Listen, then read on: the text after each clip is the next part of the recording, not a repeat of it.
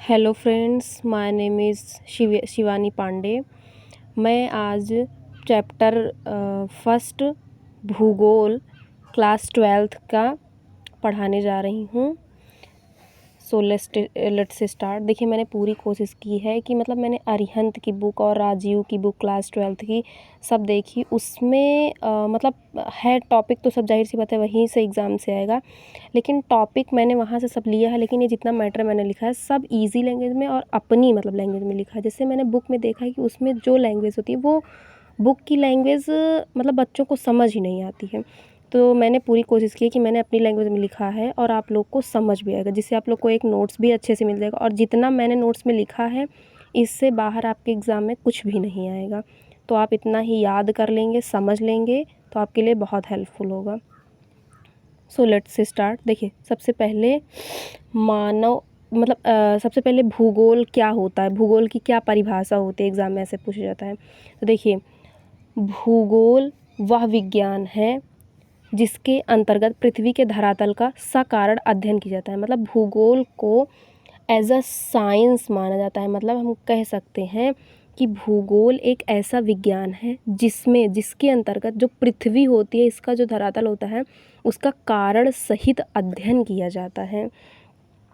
मतलब जैसे अगर बता दिया गया कहीं पे पठार है, पर्वत है, तो ये भी पता किया जाता है कि क्यों वहाँ पे है, कब था, कैसे था, कब उसका निर्माण हुआ, पूरा विथ रीज़न उसका अध्ययन किया जाता है।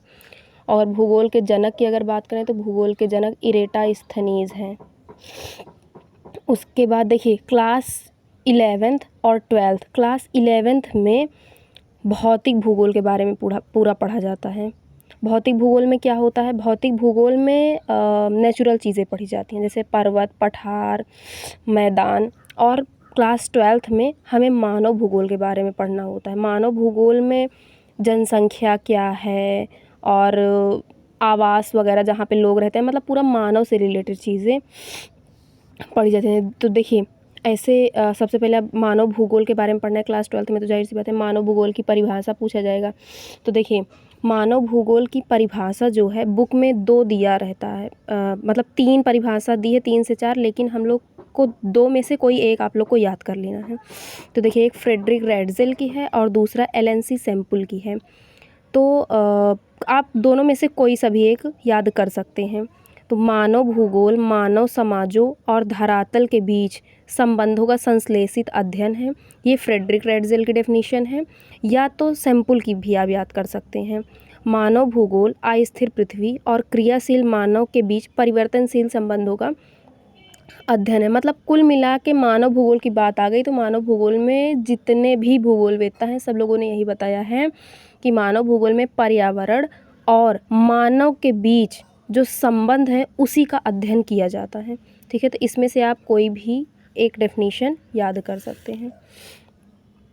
अब देखिए, नेक्स्ट टॉपिक है मानव भूगोल का जनक किसे कहा जाता है। ये भी बहुत ज़्यादा मल्टीपल में पूछा जाता है। तो मानव भूगोल का जनक फ्रेडरिक रैटज़ेल को कहा जाता है। अब देखिए, उसके बाद जो नेक्स्ट टॉपिक आता है, मानव भूगोल की विचारधाराएं कौन कौन सी हैं। तो देखिए, मानव भूगोल की निम्नलिखित 3 विचारधाराएं हैं: पर्यावरणीय निश्चयवाद, संभववाद और नवनिश्चयवाद। अब देखिए, इसको मैंने मतलब बहुत से बच्चे हैं जिनको समझ ही नहीं आता, तो मैंने इसको बहुत ही ईजी लैंग्वेज में आप लोग को समझाने की पूरी कोशिश की है। देखिए, सबसे पहले तीनों जो विचारधारा हैं, ये तीनों मानव और पर्यावरण के बीच संबंधों की विचारधारा है। तो देखिए, जैसे मैंने लिखा है, इस विचारधारा का जन्म जर्मनी में हुआ। उसके बाद इसका विकास सैम्पल ने किया, मतलब इसकी जो प्रतिपादक हैं वो सैम्पल है, और यह मानव और पर्यावरण से संबंधित पहली विचारधारा है। ठीक है, यह पहली विचारधारा है। इस विचारधारा के अनुसार मानव और पर्यावरण के बीच संबंधों में पर्यावरण प्रधान और मनुष्य गौण होता है। मतलब इसमें क्या होता है इस विचारधारा में कि पर्यावरण के अनुसार ही मनुष्य को सारे काम करने पड़ते हैं। मनुष्य अपने हिसाब से कोई काम नहीं कर सकता है। मनुष्य के सभी क्रियाकलाप प्रकृति के द्वारा तय और नियंत्रित होते हैं। ठीक है, देखिए, दूसरी विचारधारा है संभववाद। इस विचारधारा का जन्म फ्रांस में हुआ। देखिए, या इसका जर्मनी में हुआ और इसका फ्रांस में।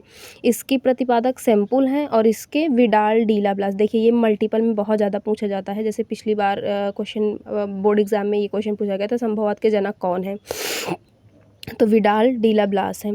यह मानव और पर्यावरण से संबंधित दूसरी विचारधारा, या पहली है और ये दूसरी विचारधारा है। देखिए इसके बाद, इस विचारधारा के अनुसार मानव और पर्यावरण के बीच संबंधों में मनुष्य प्रधान और प्रकृति गौड़ है। मतलब इस देखिए उसमें निश्चयवाद में क्या था, निश्चयवाद विचारधारा में प्रकृति प्रधान थी और मनुष्य गौड़ था, लेकिन इसमें मनुष्य प्रधान होता है और प्रकृति गौड़ होती है। मतलब मनुष्य सारे काम अपने हिसाब से करता है। मतलब पृथ्वी पर कहीं भी अनिवार्यताएं नहीं है, बल्कि हर जगह संभावनाएं हैं। मतलब इंसान कुछ भी कर सकता है। ठीक है, अब देखिए नेक्स्ट है नव निश्चयवाद। इस विचारधारा का जन्म अमेरिका में हुआ था। इसका प्रतिपादन ग्रिफिथ टेलर ने किया था। यह तीसरी विचारधारा है किसकी, मानव और पर्यावरण से संबंधित। ठीक है, इस विचारधारा के अनुसार ना तो मनुष्य वातावरण का दास है और ना ही स्वामी। वह प्राकृतिक नियमों का अनुपालन करके प्रकृति पर विजय प्राप्त कर सकता है। इसे टेलर ने रुको और जाओ निश्चयवाद की संज्ञा दी। देखिए ये क्वेश्चन बहुत इंपॉर्टेंट, ये भी मल्टीपल बहुत ज़्यादा पूछा जाता है। रुको और जाओ निश्चयवाद किस विचारधारा को कहा जाता है, तो नव निश्चयवाद को कहा जाता है।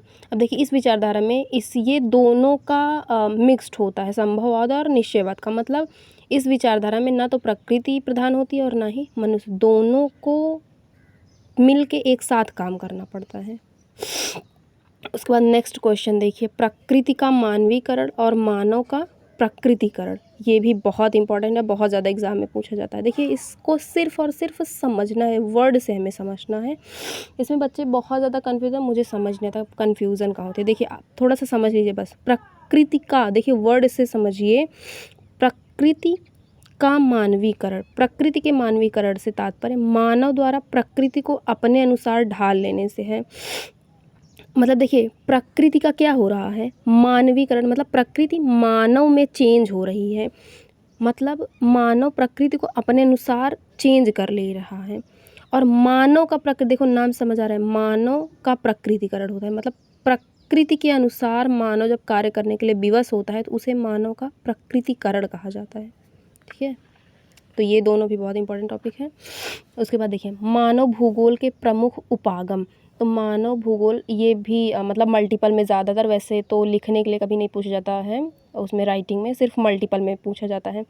तो मानव भूगोल के प्रमुख उपागम 4 होते हैं, अन्वेषण और विवरण, प्रादेशिक विश्लेषण, क्षेत्रीय विभेदन और स्थानिक संगठन। देखिए नोट्स बहुत इंपॉर्टेंट है, आप लोग लिख लेंगे तो बहुत काम आएगी। इससे बाहर से बोर्ड एग्जाम में कुछ भी नहीं पूछा। तो मैंने पूरा ट्राई किया है कि आप लोग को सबसे ईजी लैंग्वेज में प्रोवाइड करवाऊँ। मानव भूगोल की प्रकृति कैसी है, ये भी देखिए बहुत ज़्यादा पूछा जाता है एग्ज़ाम में, बहुत ज़्यादा। तो मानव भूगोल की प्रकृति से हमारा तात्पर्य यह है कि यह मानव भूगोल भौतिक वातावरण और मनुष्य द्वारा निर्मित सामाजिक सांस्कृतिक पर्यावरण के मध्य संबंधों का अध्ययन करता है।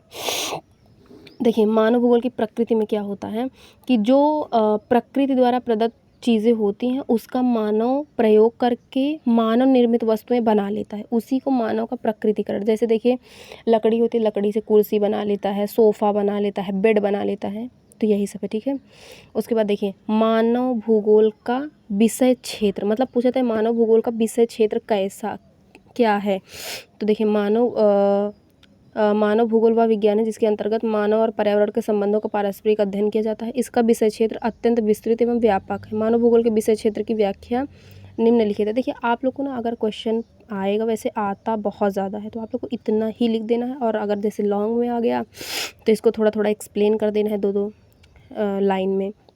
तो देखिए क्या क्या है, सामाजिक भूगोल, राजनीतिक भूगोल, नगरीय एवं आवास भूगोल, जनसंख्या भूगोल और आर्थिक भूगोल। तो ये इतना आप लोग को समझ के लिख देना। ठीक है, बस चैप्टर फर्स्ट ख़त्म हो गया। अगर आप लोग को वीडियो अच्छी लगे कि थोड़ा बहुत हेल्पफुल है, तो आप लोग वीडियो को हमारे यूट्यूब चैनल को लाइक और सब्सक्राइब करिए, जिससे थोड़ा सा मुझे मोटिवेशन मिलेगी कि हाँ आप लोग को ज़रूरत है। तो मैं सेकंड चैप्टर का वीडियोज़ भी अपलोड करूँगी। Thank you for watching.